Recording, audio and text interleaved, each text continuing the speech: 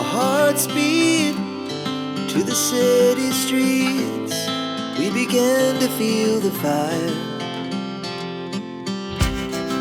We rise like tall buildings as the chemicals, they take us higher. The night's young, it has just begun as she puts her hand in mine. We wanna chase the night, wanna dance to the light, pull the stars from the sky. Dan juga adik-adik semuanya, terutama ini untuk adik-adik yang daya tangkapnya mungkin masih bisa 30 hingga 40% ya. Jadi kalau saya ini, kalau ibu-ibu bapak-bapak paling bisa 10% ya. Kemampuan menangkapnya paling 10%, yang lainnya gampang lupa lagi. Jadi masuk telinga kanan, keluar lagi telinga kiri, karena daya ingatnya. Apalagi kalau 1 hingga 7 tahun, itu daya tangkapnya bisa 70%.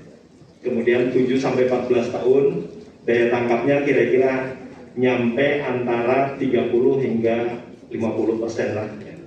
Kalau sudah adik-adik segini bisa 30 sampai 40% masih bisa ditangkap. Apalagi dengan dibantu oleh gambar-gambarnya. Kalau bapak-bapak, ibu-ibu maklum ya, kalau harus berulang-ulang dan juga harus sering tanya jawab. Kalau sudah itu, karena faktor U ya, faktor U tidak bisa di itu. Walaupun saya semangatnya tinggi, adik-adik semuanya, tapi karena usia itu jadi tetap saja kita kalah oleh usia ya. Baik Bapak, Ibu, dan juga adik-adik semuanya, kita ingin berkenalan dengan arsip ya. Arsip itu kira-kira seperti apa? Adik-adik di rumah punya KTP? KTP belum punya? Belum 17 tahun belum ya? Berapa tahun sekarang? Oh, 15, jadi 2 tahun lagi. Jadi SIM juga belum diizinkan ya. Sudah mulai pakai motor? Iya. Ada yang sudah punya SIM? Belum ya? Belum, tapi sudah pada pakai motor. Kalau adik-adik punya STTB atau ijazah SD ada ya? Ijazah SMP ada? Nah itu kira-kira penting tidak adik-adik? Kalau Bapak Ibu di rumah punya surat nikah? Ya. Kalau suatu saat ijazah adik-adik hilang, bagaimana kira-kira? Susah ya untuk diganti lagi. Ya, boleh diganti lagi cukup dengan surat keterangan. Kemudian kemarin juga di UPI pernah terjadi, adik-adik dan Bapak Ibu semuanya, ada ijazah yang nomornya salah. Jadi dari kitanya benar, tahu-tahu setelah dikirimkan ke Jakarta, itu ada yang nomornya diminta ke sana salah. Kemudian karena ijazah ini tidak bisa diganti, jadi ijazah yang salah ini berlaku dilampiri dengan surat keterangan dari Pak Rektor bahwasanya ijazah itu benar asli, hanya nomornya saja yang salah. Kemudian diberitahukan nomornya adalah harusnya seperti itu. Jadi nah untuk Bapak Ibu nih yang paling itu, Bapak Ibu kan punya surat nikahnya. Nah jangan sampai hilang. Kalau suatu saat hilang, kira-kira bagaimana? Ya. Jadi jangan sampai untuk surat nikah hilang kemudian mengganti lagi dengan nikah lagi, itu tidak boleh ya. Nah, ini Bapak Ibu, jadi tidak boleh, itu adalah dokumen yang vital Bapak Ibu. Di sekolah juga sama Bapak Ibu. Adik-adik punya sertifikat atau ijazah itu tidak boleh hilang. Nanti kalau suatu saat punya SIM, punya KTP itu tidak boleh hilang karena digunakan terus. Begitu adik-adik lulus dari SMK untuk kerja, nanti ada surat SKCK kalau tidak salah ya. Nah SKCK juga tidak boleh hilang karena untuk melamar ke kerja atau kuliah dan sebagainya. Itu dokumen-dokumen tersebut adik-adik dan Bapak Ibu semuanya itu adalah dokumen yang vital. Dokumen vital ini tidak boleh hilang karena kalau hilang ini akan mengganggu daripada kelangsungan hidup atau juga keberlangsungan daripada adik-adik untuk melakukan kegiatan-kegiatan berikutnya. Oleh karena itu harus disimpan, dijaga. Dan yang dulu adik-adik di UPI, bagaimana dulu Prof. Ade meyakinkan Pak Rektor bahwasanya dokumen itu adalah penting. Itu sampai meyakinkan Pak Rektor, baru 3,5 tahun Pak Rektor itu baru mulai tergugah perasaannya bahwasanya dokumen itu penting. manakala di UPI punya beberapa tanah, adik-adik dan bapak ibu semuanya, di beberapa wilayah itu ada yang susah untuk diminta kembali gara-gara arsipnya. Kemudian adik-adik, dulu dua pulau kita ini, Sipadan dan Ligitan yang di atas Sulawesi, dekat Sulawesi, itu diklaim oleh Malaysia dan kita kalah dalam sidang di internasional. Itu gara-gara apa? Kita tidak mampu menunjukkan dokumennya. Nah, oleh karena itu, adik-adik dan bapak ibu semuanya, dokumen-dokumen ini adalah amat sangat penting, tidak boleh hilang. Kalau hilang nanti di pengadilan jangan-jangan kita dikalahkan. Kalau kita mengatakan itu adalah tanah saya, kemudian kita tidak mampu menunjukkannya dengan bukti yang asli, yang otentik, maka itu disebut dengan common sense. Common sense ini omong doang tanpa bukti. Nah, kenapa mahasiswa S1, S2, S3 di UPI, adik-adik dan bapak ibu, kenapa membuat sebuah karya ilmiah? Supaya latihan seorang intelektual, sarjana, magister atau juga doktor, apalagi guru besar, profesor, itu harus hati-hati dalam membuat statement, dalam membuat satu pernyataan. Karena membuat satu pernyataan tanpa didukung dengan data, itu adalah fitnah. Oleh karena itu, biasakan segala sesuatu kalau kita bicara, itu adalah ada buktinya. Kalau kita ada buktinya, nah bukti ini, adik-adik dan bapak ibu semuanya, ini adalah nanti yang menguatkan kita. Kemudian alhamdulillah, adik-adik dan bapak ibu semuanya, dengan kita ini berkarya, jadi di arsip universitas, kenapa kami diberikan gedung? Karena kita ini sudah ada prestasinya. Apa prestasinya? Prestasinya adalah kita sudah diakreditasi A, sehingga kita boleh mendapatkan gedung. Kalau tidak diakreditasi A, mungkin kita belum memiliki gedung. Jadi pada saat kita memiliki gedung, alhamdulillah di Indonesia ini perguruan tinggi itu 2 tahun yang lalu baru ada 3 perguruan tinggi yang akreditasinya, perguruan tinggi arsipnya adalah yang sudah diakreditasi baru ada 3, yaitu UGM akreditasinya A, kemudian IPB akreditasinya B, dan ketiga adalah UPI. UPI akreditasinya A. Dan tahun kemarin alhamdulillah gara-gara kita ditunjuk oleh ANRI itu adalah Arsip Nasional Republik Indonesia, dalam sebuah kita di PAPTI ada yang disebut dengan temu wawasan. Jadi setiap bulan itu kita kumpul di perkumpulan arsip perguruan tinggi Indonesia.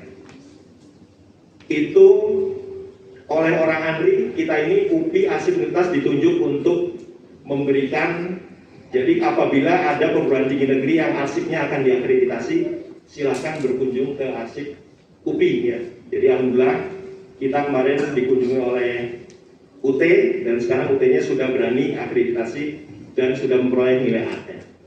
Kemudian UNSUD, Universitas Jenderal Sudirman di Purwokerto juga itu sudah berkunjung ke kita, diberikan ya gitu sharing oleh kita, akhirnya dibantu sampai juga dapat A.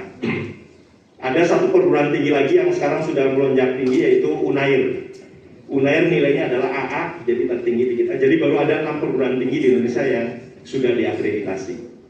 Jadi mudah-mudahan kita pertengahan tahun ini minta direakreditasi supaya nanti tahun depan arsip UPI, mudah-mudahan kita minta doanya Bapak Ibu dan adik-adik semuanya supaya kita bisa nilainya adalah A. Kalau A itu adalah unggul ya. Minta doanya Bapak Ibu dan adik-adik semuanya. Ya, doakan mudah-mudahan. Mudah-mudahan nanti setelah A, kita ini nanti akan dirujuk oleh ANRI untuk menjadi arsip perguruan tinggi yang dirujuk oleh semua perguruan tinggi di Indonesia. Ya, mudah-mudahan adalah itu target kami ya ke depan seperti itu. Kemudian juga nanti mudah-mudahan arsip universitas setelah diakreditasi AA itu mudah-mudahan akan dinaikkan levelingnya, yang tadinya adalah setingkat dengan kantor, mudah-mudahan nanti akan dinaikkan menjadi direktorat. Jadi nanti yang jadi kepala arsip itu adalah menjadi direktur arsip ya. Mudah-mudahan seperti itu. Jadi di Indonesia mudah-mudahan adalah paling dirujuk oleh perguruan tinggi negeri lainnya. Baik adik-adik, saya cerita sedikit dulu sebelum ke materi kita. pada saat saya diangkat menjadi kepala arsip, adik-adik, ini motivasi saja untuk adik-adik yang mumpung masih semangat kelas 1 ya, kelas 10, semangatnya tinggi. Saya begitu diangkat jadi kepala arsip, seminggu kemudian wakil rektor di UPI, wakil rektor 3 yang pimpinan kami langsung datang ke ruang saya. Kaget saya. Kemudian kata saya, Pak Wakil Rektor, ada apa kok bisa berkunjung ke kami? Kemudian beliau mengatakan, dulu namanya adalah Prof Aim. Ada nggak Prof Aim yang itu? Yang final satunya, PPT yang satunya, yang tadi ada gambar tokoh arsip. Nah ini, itu yang kedua dari sebelah kiri, itu ada Prof Aim Abdul Karim. Nah ini yang kedua dari kiri. Yang sebelah kirinya paling kiri itu adalah mantan rektor, yang sebelahnya itu adalah wakil rektor 3. Kemudian yang tengah itu adalah lulusan dari kita juga. Itu kawan saya, pernah satu kamar dengan saya, itu yang wakil rektor 2. Kemudian yang sebelahnya lagi yang sekarang jadi rektor. Dan yang paling kanan itu adalah yang sekarang masih menjabat wakil rektor 3 ya. Jadi kalau yang 3 yang sebelah kiri, Pak Rektor, kemudian Prof Aim dan Prof Edi, itu adalah kami pajang, adik-adik dan Bapak Ibu semuanya, tokoh-tokoh yang ada di UPI kami pajang di Depot Arsip, supaya kita menghargai tokoh-tokoh yang berjuang untuk memajukan arsip di UPI ya. Oke.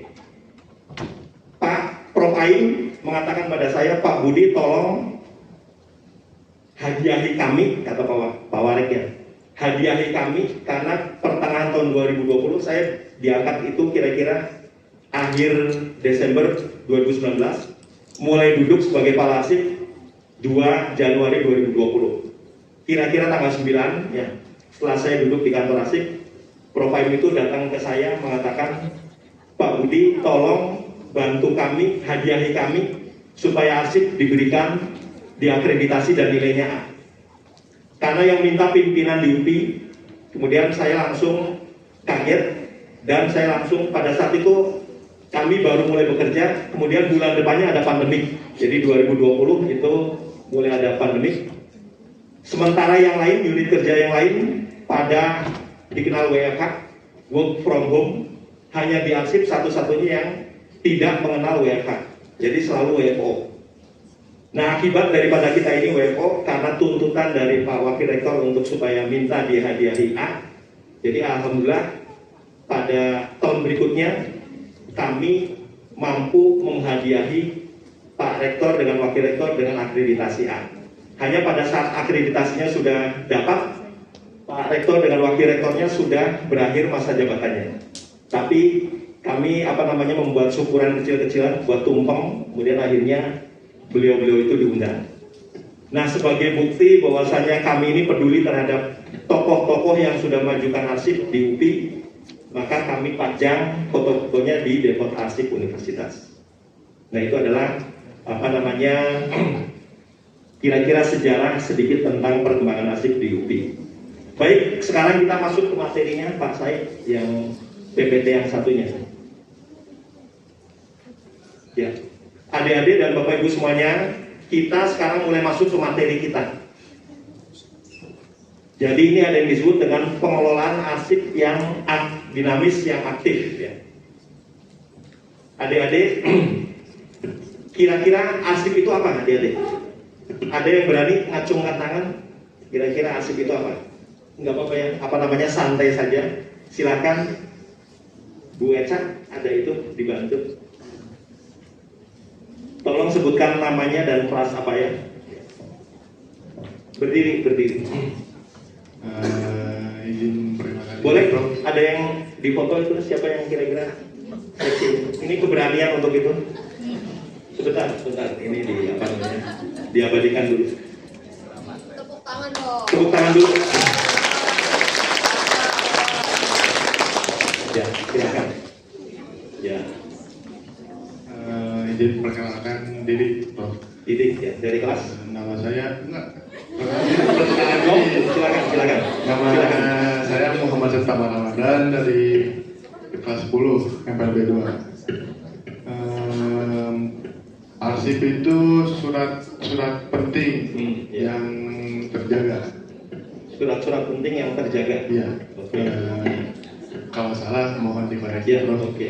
Sekian, terima kasih. Ya, oke. Tepuk tangan lagi untuk Bapak Ramadan yang tadi.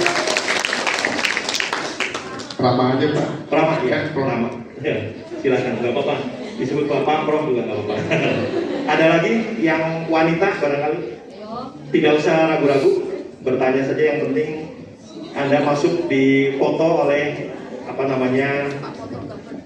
Jadi kenang-kenangan kesini kemudian difoto, berani berdiri, itu adalah sesuatu yang luar biasa.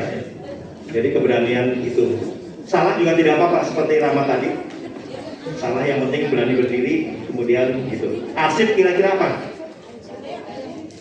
Tadi katanya surat-surat berharga. Jangan takut salah, namanya belajar juga pasti belajar itu diawali dengan kesalahan, betul tidak? Ya, yang laki-laki sudah, silakan. Tolong Pak Abi. Nah, ini ada satu lagi namanya Pak Abi, ini juga dosen di Pendidikan Manajemen Perkantoran. Yang mana? Ya, minta di foto Pak siapa tadi? Pak Edi, ya, silakan di foto Pak Edi. Sebutkan namanya ya. Sebelumnya perkenalkan, nama saya Zoya dari kelas 10 MPLB 2. Arsip Zoya. adalah dokumen penting. Ya, oke. Ya. Tepuk tangan. Arsip adalah dokumen penting. Minimal sudah ada keberanian dan itu. Ya, terima kasih. Pak Abi, sudah Pak Abi? Oke. Ya, arsip adalah dokumen pentingnya.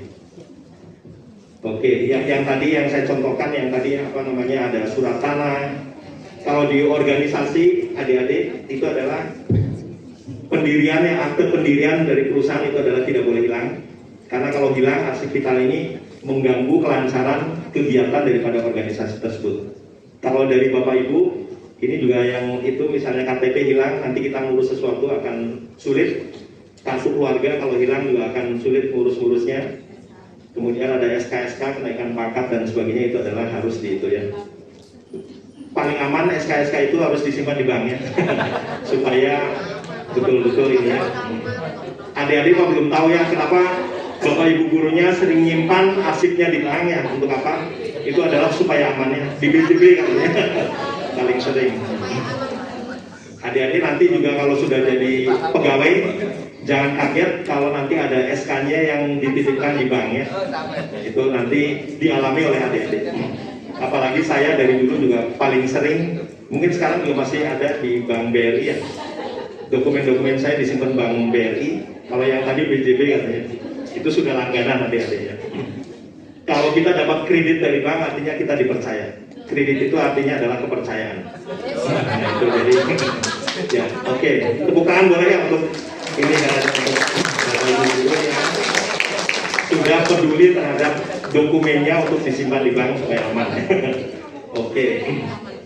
Ya, sekarang adik-adik sebelum apa itu pengertian arsip, nah kita lihat dulu apa namanya, atau langsung di sini. Adik-adik kita lihat pengertian arsip. Arsip itu adalah rekaman kegiatan. Kalau dulu arsip itu adalah per dokumen atau per lembar adik-adik. Sekarang ini adalah rekaman satu kegiatan adik-adik ya. Jadi yang dihitung adalah sekarang ini satu berkas adik-adik, bukan hanya lembar per lembar, tapi adalah satu berkas. Nah itu adalah arsip. Rekaman ya, rekaman kegiatan atau peristiwa. Jadi ada satu kegiatan. Nah misalnya adik-adik, ini Pak Mukhtar sekarang ini adalah pimpinan rombongan, ada kegiatan namanya apa? KKL ya? Oh, outing kelas ya. Nanti di sekolah adik-adik ada yang disebut arsip, namanya kegiatan outing kelas. Jadi itu satu berkas. Dari semenjak panitianya dibentuk, nah itu SK panitia itu tidak boleh hilang ya, nanti diberkaskan. Kemudian kunjungan datang ke sini, berapa orang yang ini, ada surat tugasnya, surat tugas juga tidak boleh hilang ya. Jadi nanti diberkaskan. Kemudian begitu pulang ada laporannya adik-adik, termasuk foto-foto di sini. Nah itu juga nanti dilampirkan, dimasukkan ke dalam satu berkas, satu bundel. Ya. Nah itu adalah memberkas. Namanya adalah arsip kegiatan outing kelas dari SMKN 2 Karawang. Nah itu adalah satu berkas. Kalau dulu adalah per lembar, sekarang ini adalah per berkas. Jadi arsip itu adalah diberkaskan. Rekaman kegiatan, rekamannya dari semenjak dibentuk panitia, kemudian buat proposal, kemudian kirim surat ke kami, termasuk kami membuat surat balasan, itu juga dikumpulkan. Kemudian kegiatan di sini, dokumen-dokumennya, foto-fotonya. Nanti ada laporan kegiatan, itu adalah disimpan sampai nanti pembubaran panitia. Itu adalah merupakan satu berkas kegiatan, namanya adalah kegiatan outing kelas 10 MPLB di SMKN 2 Karawang.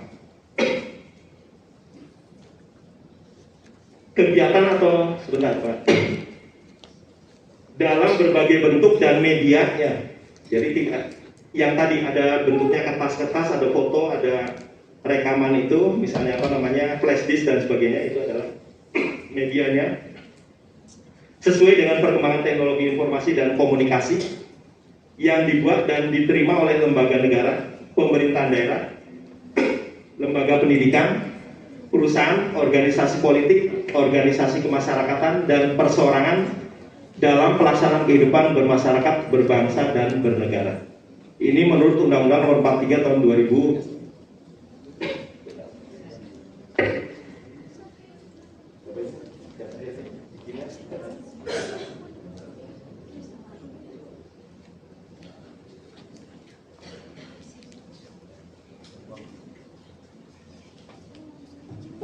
Nah, adik-adik dan Bapak Ibu, yang membuat Undang-Undang Nomor 43 Tahun 2009 ini banyak diinspirasi oleh Pak Joko Utomo. Pak Joko Utomo itu adalah mantan Palasip yang pernah datang ke kami dan sampai 2 minggu yang lalu juga masih komunikasi dengan kami. Usianya kira-kira sudah 75 tahun, tapi semangatnya luar biasa besar ya Bapak Ibu. Beliau adalah termasuk tokoh yang membuat Undang-Undang Nomor 43 Tahun 2009 tentang kearsipan. Oke, next Pak saya. Nah, adik-adik dan Bapak Ibu, kita lihat sekarang ada karakteristiknya, ciri-ciri daripada arsip. Arsip itu ada yang disebut dengan ada yang keaslian dan juga keterpercayaan. Keaslian itu bahasa Inggrisnya adalah authenticity. Kemudian percaya ya, bahwasanya itu adalah dokumen atau kelengkapan dulu, kepercayaan baru kebergunaan. Adik-adik ada sebuah dokumen, ada lembarannya yang disebut dengan asli tapi tidak otentik. Ada sebuah surat ya, kita menemukan sebuah lembar surat. Misalnya surat keterangan adik-adik ini adalah bahwasanya adik-adik itu adalah betul-betul murid di SMKN 2 Karawang. Itu suratnya ditemukan 2 tahun yang akan datang, misalnya adik-adiknya sudah lulus tapi menemukan itu. Kemudian dilihat, dicek. Ada surat yang asli tapi tidak otentik. Asli itu adalah tanda tangannya asli oleh kepala sekolah, capnya juga asli. Nah kemudian ada yang tidak otentik kalau formatnya tidak mengikuti tata naskah dinas yang ada di sekolah tersebut. Oleh karena itu tata naskah dinas ini adalah pedoman untuk membuat persuratan yang ada di sebuah organisasi, adik-adik. Jadi keasliannya authenticity, kemudian ada kelengkapan atau utuh. Nah ini makanya sekarang ini disebut dengan pemberkasan. Satu berkas kegiatan outing kelas 10 SMKN 2 Karawang ya, ke UPI misalnya. Nah itu adalah kelengkapannya. Kemudian dokumennya ini dipercaya atau tidak. Jangan sampai dokumen-dokumen ini adalah palsu. Kami kemarin di arsip membuat satu aplikasi namanya adalah Sinergi, adik-adik. Membuat surat di satu sistem namanya Sinergi, sistem naskah elektronik terintegrasi. Itu bisa untuk melakukan 3 kegiatan. Membuat surat yang terstandar. Jadi sekarang di UPI semua surat itu sudah distandarisasi.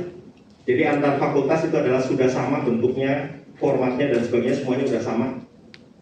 Kemudian kalau surat sudah dibuat langsung di Sinergi, kemudian langsung ditandatangan oleh pimpinan. Tanda tangannya juga di Sinergi menggunakan tanda tangan digital. Kemudian setelah ditandatangan oleh pimpinan, langsung didistribusikan menggunakan sinergi juga. Jadi dalam waktu hanya sekian menit, surat bisa dibuat, ditandatangan, langsung didistribusikan. Jadi tidak ada pendekatan yang disebut dengan inkik approach ya. Inkik itu fotokopi, kemudian menyampaikan lagi ke ini dan sebagainya. Semuanya adalah serba elektronik. Oleh karena itu sekarang di UPI lagi menuju beralih ya, sekarang ini lagi beralih dari kearsipan yang manual sekarang menuju ke digital. Apa yang dimaksud dengan kearsipan digital? Kearsipan digital adalah kearsipan yang sejak dibuat ya, kemudian diberkaskan, dicatat dan sebagainya sampai nanti disimpan, itu semuanya adalah menggunakan sistem, menggunakan aplikasi, menggunakan komputer ya. Jadi semenjak dibuat sampai nanti disimpan itu adalah semuanya berdasarkan sistem aplikasi ya. Kemudian ada lagi yang disebut dengan kebergunaan atau usability. Jadi betul-betul dokumen ini memiliki nilai guna. Jadi kenapa arsip ada yang boleh dimusnahkan, ada yang tidak boleh dimusnahkan karena diperkirakan masih memiliki nilai guna. Setelah misalnya sebagai contoh adik-adik, di UPI seringkali ada yang disebut BPK, Badan Pengawas Keuangan. Nah, setiap tahun BPK ini datang ke UPI memeriksa semua dokumen-dokumen yang dibuat oleh unit kerja yang ada di UPI. Jadi semuanya berkasnya di itu. Apabila ada sebuah dokumen yang meragukan, sebagai contoh ya Bapak Ibu, adik-adik, pernah terjadi di UPI ada kontrak untuk membuat satu gedung. Dalam kontrak misalnya harganya disepakati untuk pembelian alat-alatnya, semen apa dan sebagainya, misalnya sekian miliar rupiah. Kemudian benar atau tidak, nah kemudian BPK ini datang, sampai BPK ini nanti datang ke materialnya, ke toko besinya apa dan sebagainya, dilihat apakah benar pembukuan yang ada di toko besi tersebut dengan kwitansi yang diberikan ke UPI. Sampai dicek ya. Termasuk konsumsi adik-adik. Kami kemarin jadi pelasip, itu manakala bagian BPK ini datang ke ini, benar tidak ada pada tanggal sekian di arsip universitas dilaksanakan rapat, kemudian membeli konsumsinya di rumah makan ini, misalnya di sini ada warung nasi Ampera misalnya, itu kadang-kadang BPK-nya ingin melihat dokumennya ini asli atau tidak, sampai datang ke warung nasi Amperanya, dicek kebenarannya. Termasuk kami kalau ada rapat di hotel, apakah benar harga hotel, kamar hotelnya sekian, apakah benar pada tanggal sekian ada 10 orang makan di hotel tersebut dan sebagainya, semuanya dicek. Ada check and recheck. Nah itu yang disebut dengan kebergunaan ya. Jadi nanti barangkali suatu saat terjadi ada yang nilainya di up, di kita misalnya harganya konsumsi itu misalnya 40 juta rupiah ya untuk sekian orang. Tahu-tahu di sana setelah dicek di rumah makan Ampera hanya 30 juta. Kenapa kok dinaikkan 10 juta rupiah? Nah itu kalau terjadi dokumen seperti itu adalah nanti harus dicek kembali. Jadi itu tidak boleh dimusnahkan, harus dipermanenkan ya. Apalagi kalau muncul masalah-masalah, apalagi nanti tanah, rumah, sertifikatnya itu betul-betul harus dicek ulang ya, tentang keasliannya. Oke, next Pak, saya. Ya, ini terbaca atau tidak? Kita lihat adik-adik dan Bapak Ibu semuanya, ada fungsi arsip ya. Kenapa arsip ini penting? Nah, ini fungsi arsip itu ada 9 ya adik-adik. Yang pertama itu fungsi arsip sebagai tulang punggung organisasi. Dulu ada beberapa mantan presiden di luar negeri itu menganggap bahwasanya kearsipan ini adalah penting, karena tanpa arsip itu adalah organisasi tidak akan bisa hidup dengan dengan baik ya. Oleh karena itu arsip ini adalah dipelihara. Kalau nanti suatu saat terjadi hal-hal yang tidak diinginkan, kita sudah siap dengan bukti-buktinya. Kemudian arsip ini merupakan bukti akuntabilitas kinerja pegawai. Akuntabilitas itu adalah tanggung jawab ya. Jadi bukti bahwasanya organisasi juga bisa ya. Nah ini yang ketiga, bukti akuntabilitas kinerja organisasi. Jadi bukti bahwasanya kami ini sudah melakukan satu kegiatan, UPI sudah melakukan satu kegiatan tridharma, itu dokumen-dokumennya nanti dikirimkan atau diperiksa oleh kementerian misalnya. Itu bukti bahwasanya Pak Rektor memiliki tanggung jawab melaksanakan tridharma perguruan tinggi, ya. Tridharma perguruan tinggi. Kemudian arsip juga merupakan aset organisasi. Yang tadi saya katakan adik-adik, UPI memiliki tanah banyak sekali di beberapa wilayah di Jawa Barat. Namun ada beberapa yang tidak bisa kita miliki kembali, gara-gara kita mencari dokumen peruntukan tanah tersebut adalah untuk IKIP atau untuk UPI pada waktu dulu. Nah itu kalau tidak bisa diperoleh itu susah untuk mendapatkan kembali. Jadi ini adalah arsip ini merupakan aset kekayaan daripada satu organisasi. Kemudian fungsi arsip berikutnya adalah identitas organisasi. Jadi dengan adanya dokumen-dokumen yang kita miliki, kemudian organisasi yang lain menilai bahwasanya oh ternyata kearsipan di UPI tertata dengan rapih dan baik. Jadi kami punya moto adik-adik bahwasanya apabila arsip terjaga, tertata, ya, arsip tertata, UPI terjaga. Artinya kita harus menata dokumen ini dengan baik supaya manakala terjadi permasalahan kita siap dengan bukti-buktinya. Nah kemarin adik-adik saya datang ke Direktorat Akademik. Di Direktorat Akademik kami menemukan ribuan ijazah mahasiswa yang sudah lulus tapi tidak diambil.